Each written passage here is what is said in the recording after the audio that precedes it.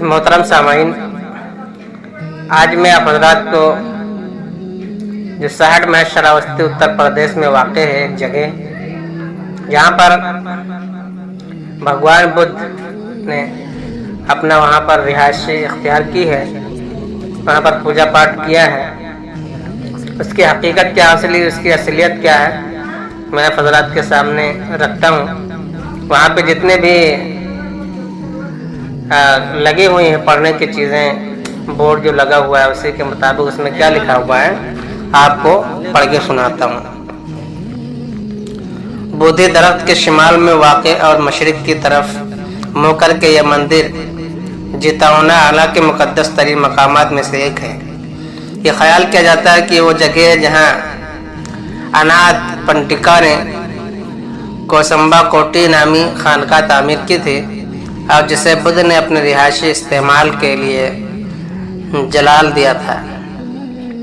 मंदिर के सामने 2 ईंटों के चबूतरे हैं जो बुद्ध की सैर की असल जगह है। चकम पर बनाए किए गए हैं।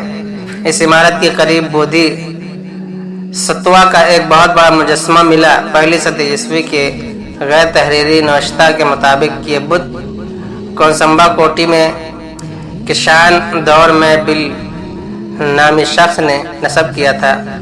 हेवन सांग ने इस बुद्ध को 7वीं सदी ईस्वी में ईंटों से बने छोटे मंदिर में नस्ब किया था देखा है।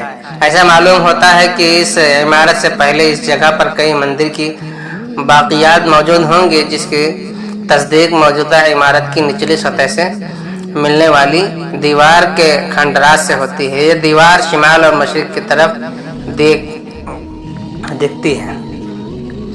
आगे है ये जिताउना की सबसे बड़ी इमारतों में से एक है जिसमें इबादत की जगह है। शहर में एक कुआं है, राहिबों की रिहाइश के लिए कोठरी और एक गेट पवेलियन है।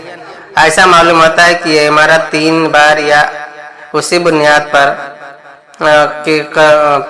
दोबारा तामीर की गई थी। ख्याल किया जाता है कि कदीम तरीन इमारत 6वीं सदी ईस्वी में तामीर की गई थी। अगली तामीर 10वीं सदी ईस्वी में हुई और आखिरी तामीर यहाँ 11वीं और 12वीं सदी में तामीर की गई। उसके एक कमरे में कुनूज के